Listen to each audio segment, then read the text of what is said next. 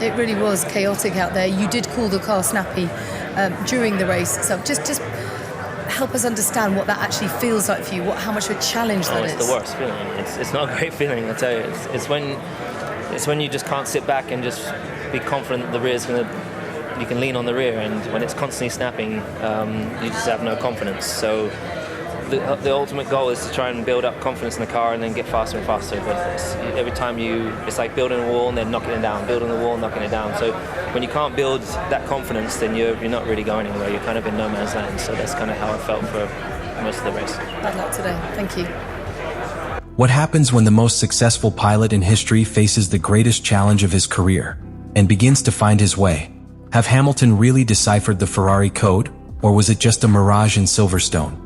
Since he signed with Ferrari, every weekend it has been a huge pressure. Not only for adapting to a completely different car, but because of the weight of the legacy that now wears. Ferrari is not any team. It is an institution, a religion in the world of motoring. And when Hamilton arrived in Silverstone wrapped in red, he did not do it like the 7-time champion. He did it as someone who seeks redemption, who needs to demonstrate that his decision to leave Mercedes was not a mistake, but the chapter that was missing to complete his legend. The 4th place he got that Sunday was, in statistical terms, just a good result. But for Hamilton, and for anyone who understands the context, it was a victory on all the fronts that matter. During the return to boxes, his message on the radio was not a technician, it was not strategic. It was visceral. Grazie tutti for tifosi, that was for them.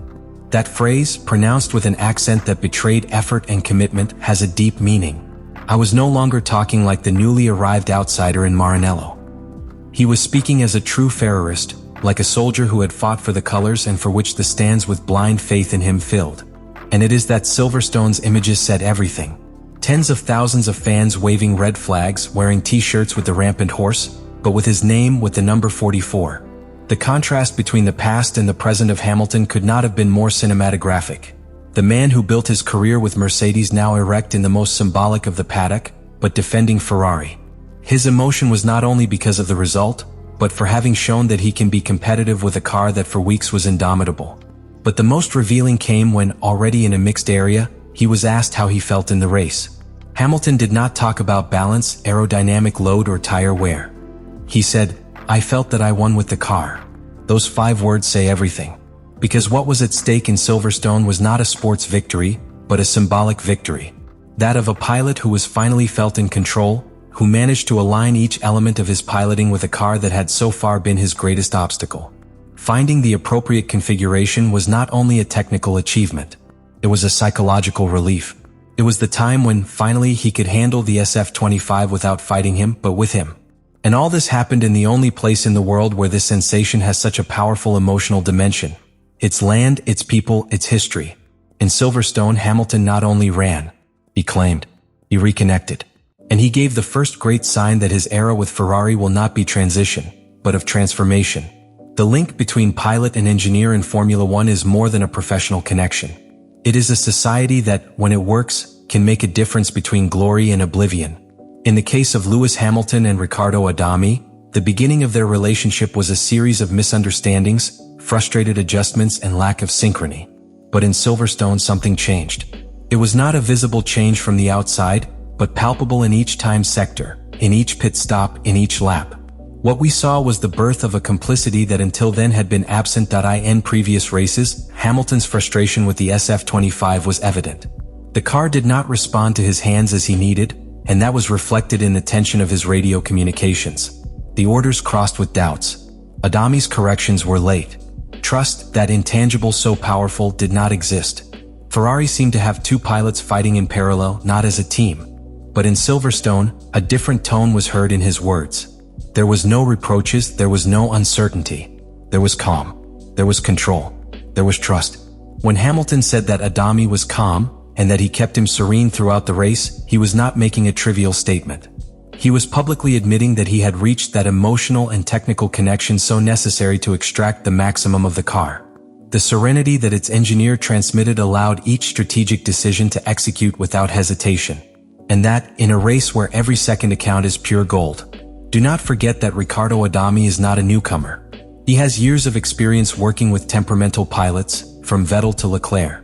But he had never had to adapt to someone like Hamilton. a champion accustomed to having total control over each aspect of his career, from the minimum details of the setup to the mental management of each weekend. The challenge for Adami was monumental. Win the respect of a 7-time world champion without being imposed, without forcing the connection. And in Silverstone, that validation finally came. The most fascinating is how this understanding moved to the performance of the car. The SF-25 was not only faster, it was more consistent. There were no unnecessary blockages or doubts in high-speed curves. Rhythm management was impeccable, and that does not happen by accident. It is the result of a meticulous preparation in which pilot and engineer refine each parameter: heights, tire pressure, aerodynamic load, motor mapping, braking balance.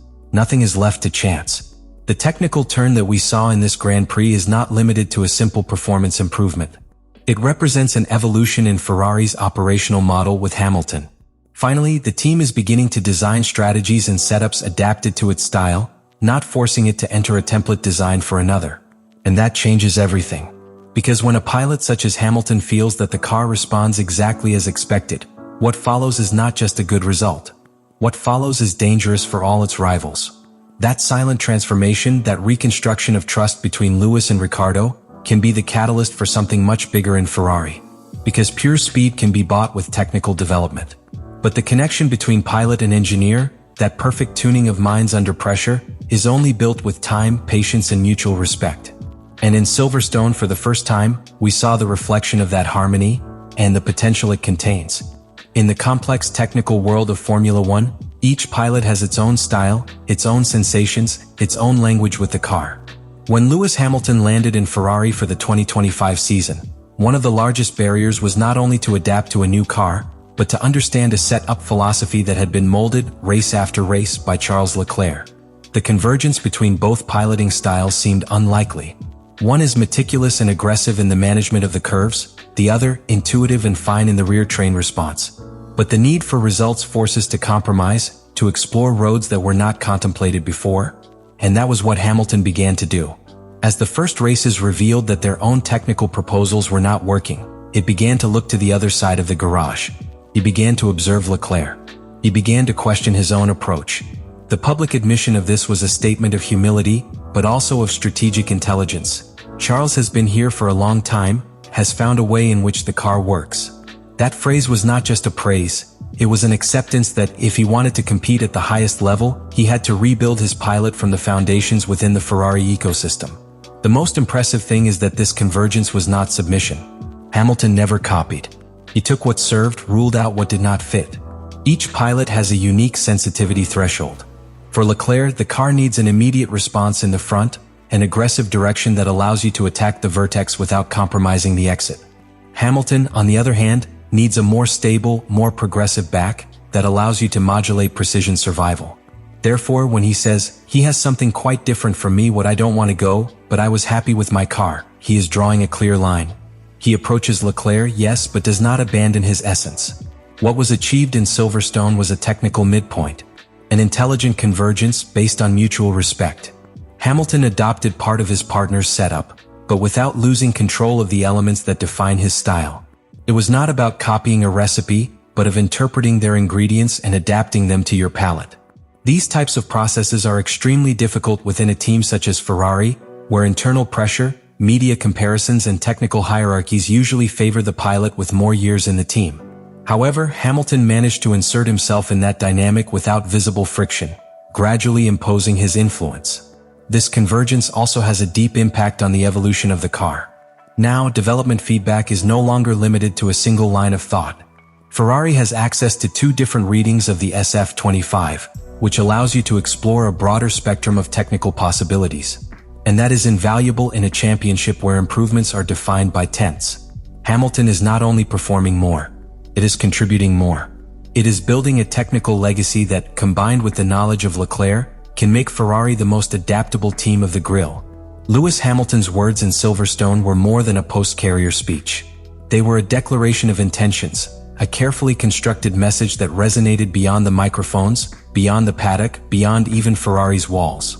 Because in a season where each gesture is analyzed to the millimeter and each word can rewrite the narrative of a team, what Hamilton said and what he did not say marked the beginning of a completely new stage in his career. In this sense, their statements work on several levels. At a technical level, they confirm that he has understood the language of SF-25. On an emotional level, they show that you feel backed by your team and connected to the tifosi.